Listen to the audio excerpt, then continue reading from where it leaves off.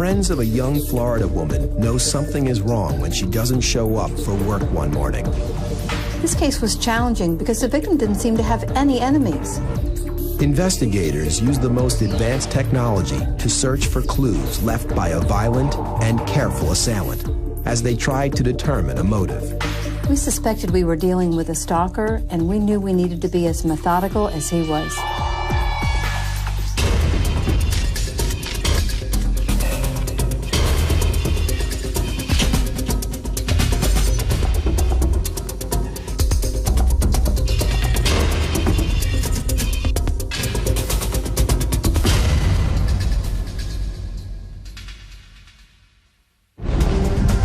Jacksonville Beach, a small town on Florida's East Coast.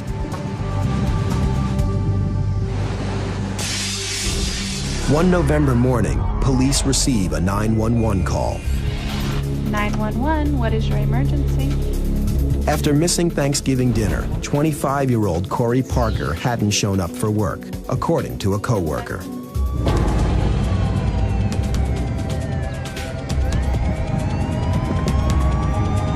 When police arrive at Miss Parker's home, they find nothing at first.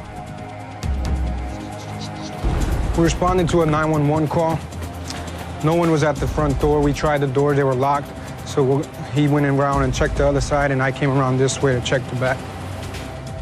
Got around back, saw there was blood on the windowsill. Tried the window, noticed it was unlocked, and we crawled in.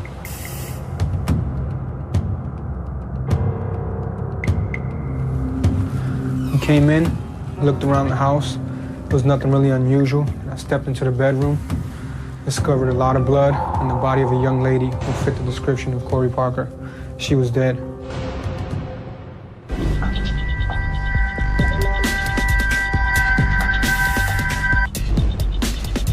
"30-year veteran detective Billy Carlisle leads the investigation. When investigators arrived on the scene, it was clear to them that the victim had been murdered in the bedroom. It appeared that she had been stabbed numerous times. When officers checked identification in the victim's purse, it was found that she was Corey Parker.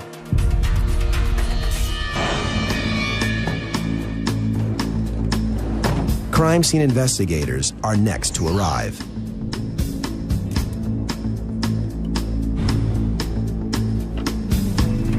When we collected the bedding, we were very careful to preserve evidence that was located on the items. Investigators move to the kitchen, where blood has been spotted. Upon further examination of the scene and the kitchen window area, blood was observed on the windowsill and also on the lip of the kitchen sink. It appeared to officers and investigators that the suspect may have entered through the kitchen window. Could the blood on the window belong to the offender?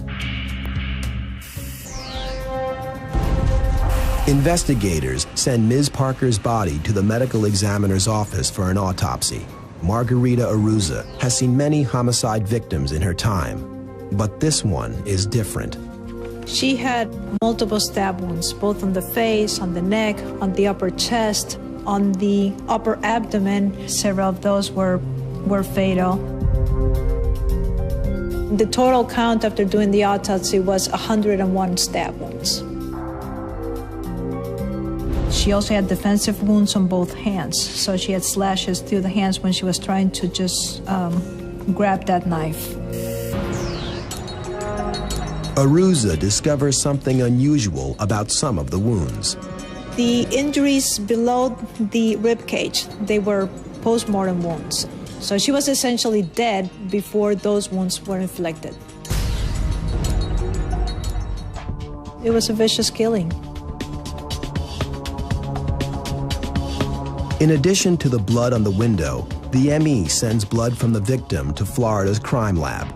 The police are hoping the assailant left a calling card, his DNA. Florida Department of Law Enforcement lab analyst Tim Petrie creates a DNA profile from the blood evidence. From the bedroom area, all the stains I tested that were blood stains ended up matching Corey Parker. There was one stain that did not match Corey Parker. that was from the kitchen area around the sink or a cabinet area. That sample was a DNA sample from a male individual.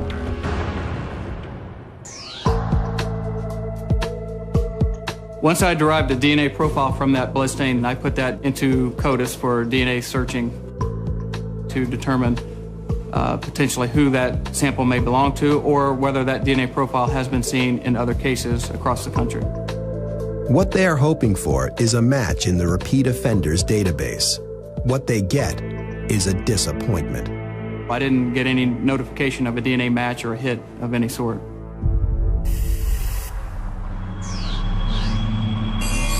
Whoever that DNA belongs to is still a mystery.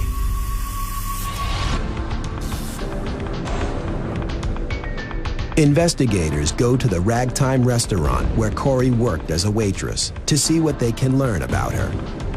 Corey Parker was very outgoing, knew everyone and very friendly. Corey was always on time and always either early for her shift or right on time. She was never late, and that was what really trolled everyone. Detectives learned that after her shift, Corey went out with a group of friends. They were all going out because it was Thanksgiving Eve. They were all heading to the Ritz to have a great night. And the last time I saw her, she was a beautiful young lady walking out of the restaurant.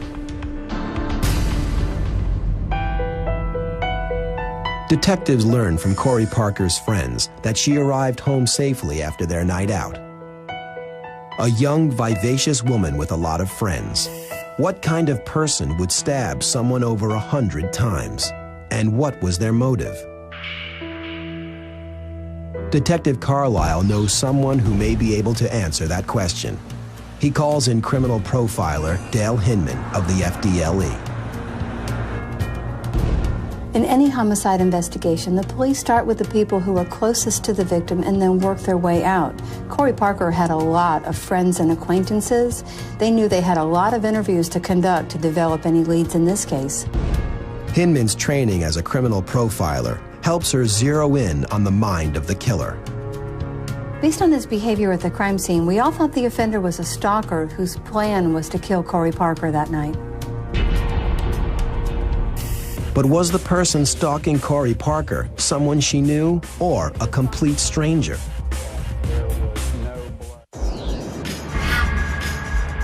25-year-old Corey Parker is found dead in her apartment in Jacksonville Beach, Florida. Agent Hinman thinks the offender was stalking the victim. Stalkers try to gain as much information about the victim as they can. They watch the victim to determine what their personal habits are, what their schedule is, when they would be alone, and when they would be most vulnerable. Profilers like to go to the scene so that they can see what the stalker saw.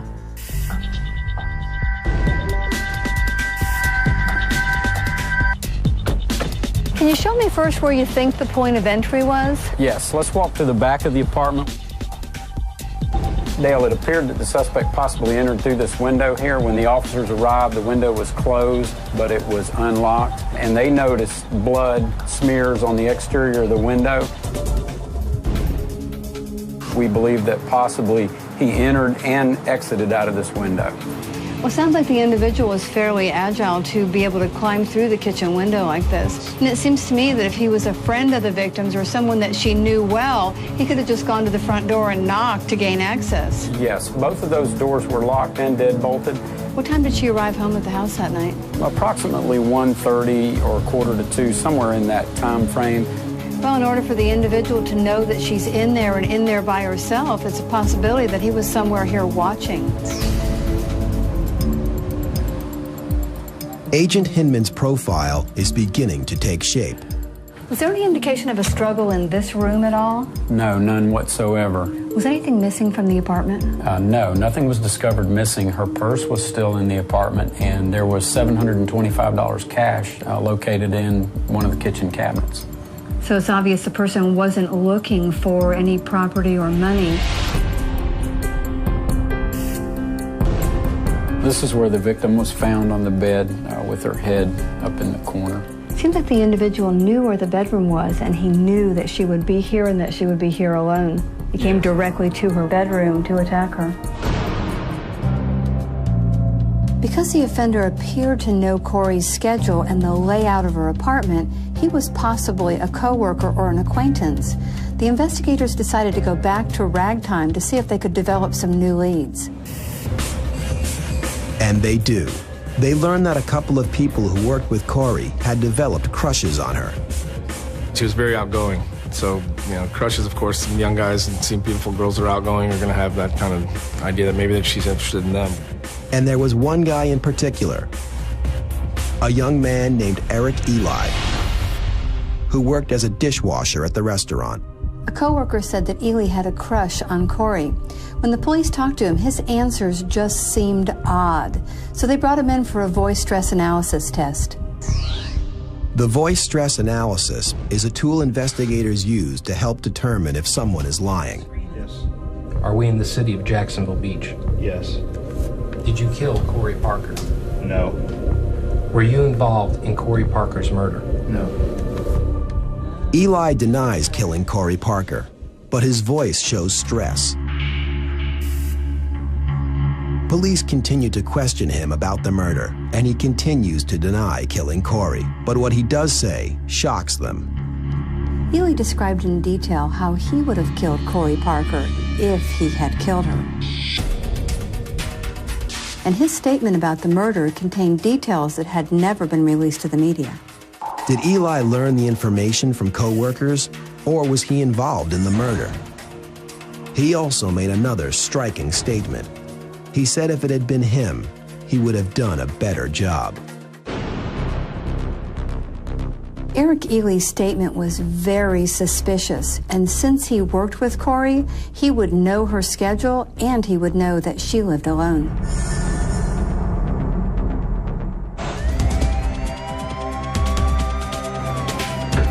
Police get a warrant to search Eric Eli's house and take a sample of his DNA.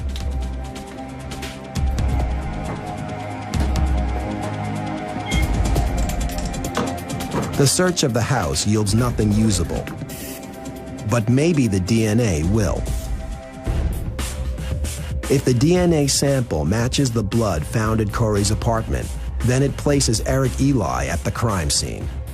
We all wondered why Eric Ely made the statements he did and then denied being involved, but the DNA would give us the answers we needed. Will the search for Corey's killer end with a DNA match? Police have a suspect in the murder of Corey Parker, a co-worker with a crush on Corey who showed an unusual interest and knowledge of the crime and who was behaving very oddly. In a brutal attack like this, there is often post-offense behavior.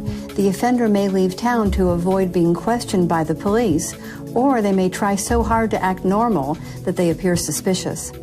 If Eric Eli's DNA matches the DNA at the crime scene, police may have their man. But that's not what happens.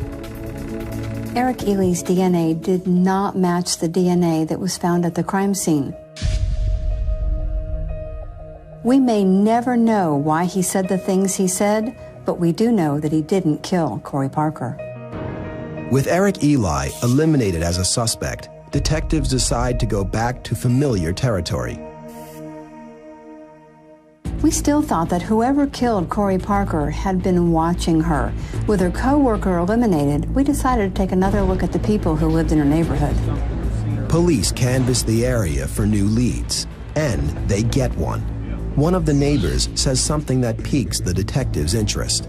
It seems his roommate had been talking obsessively about a woman in the neighborhood, but he never said her name. The roommate's name is Robert Denny.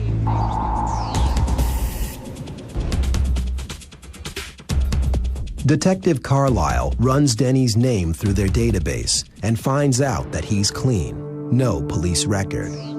Then, Carlisle gets one more hit on the name Denny. We found out that his older brother, Patrick, was serving life in prison for a murder that he committed wherein he stabbed a woman 97 times. In all the years that I've investigated violent crimes, I have never seen a case that occurred just like this one. We had to wonder if Robert Denny was copying his older brother's crime. And there was one more thing about Robert Denny that interested police. If you stood on Robert Denny's balcony, you could look directly down into Corey Parker's apartment. He could watch her coming and going from her apartment without being seen himself. When Detective Carlisle tries to track Denny down, he gets surprising news. Denny has cleared out. The fact that Denny left town was just the type of post-offense behavior we might expect from an individual who had just committed a violent crime. Denny was a good suspect. Police are on a search for Robert Denny, and he gives them a little help in finding him. His sister provided us with an email that he had sent to her because she didn't know where he was. Just like telephone calls and cellular calls, emails can be traced to a specific location.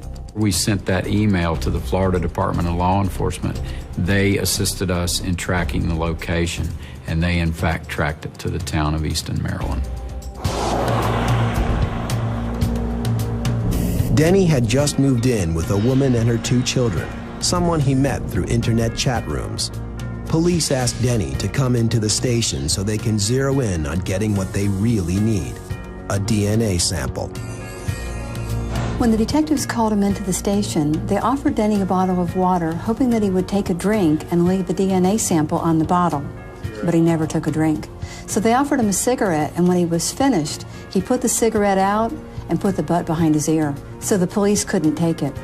Robert Denny knew the police were trying to get a DNA sample from him to compare to the DNA that was found in Corey Parker's apartment. He even smirked at the police and told them he knew what they were trying to do.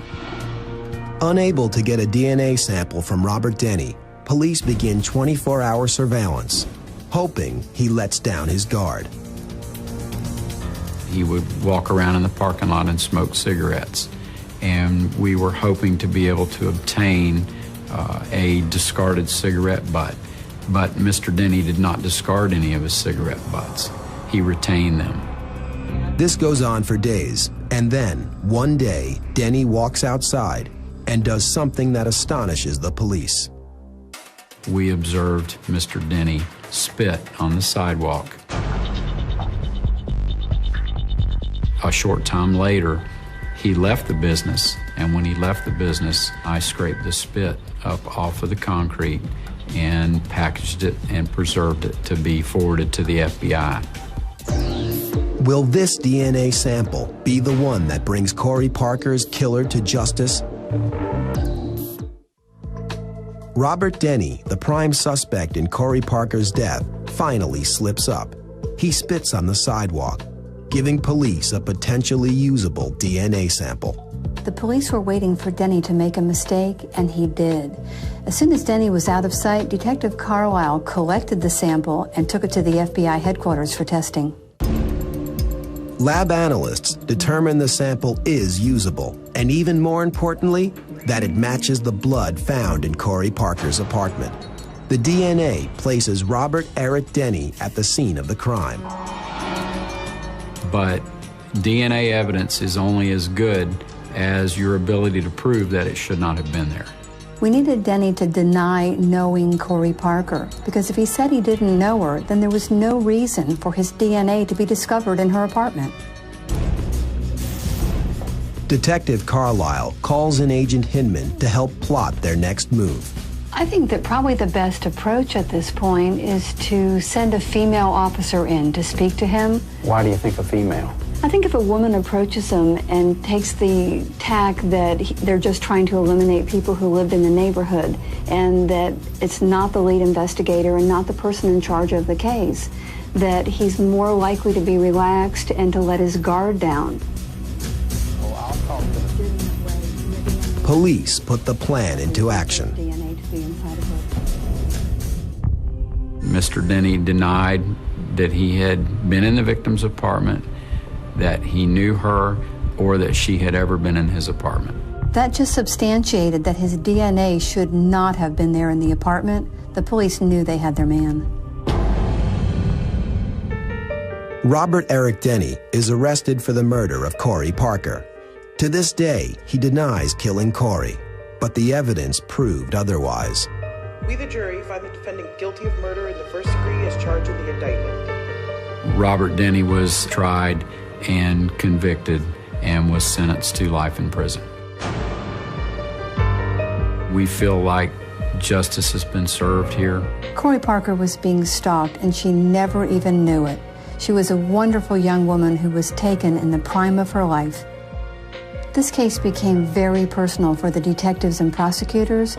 Through hard work and commitment, they made sure that Robert Denny will be looking at nothing but prison bars for a long, long time.